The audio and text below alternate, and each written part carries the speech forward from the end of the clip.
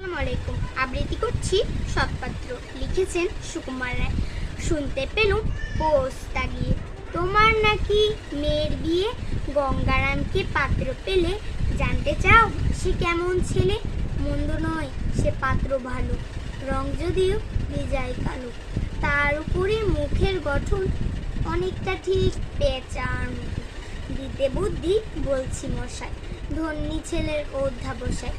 19টি বার matric এসে ঘায়েল হয়ে থামলো শেষে। নিঃসহায় গরিব বেজায়, কষ্টে সৃষ্টে দিন চলে যায়।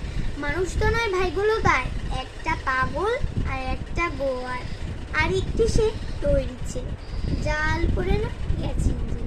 কনিষ্ঠ ঠিক তবলা বাজায়, যাত্রা দলে 5 টাকা পায়।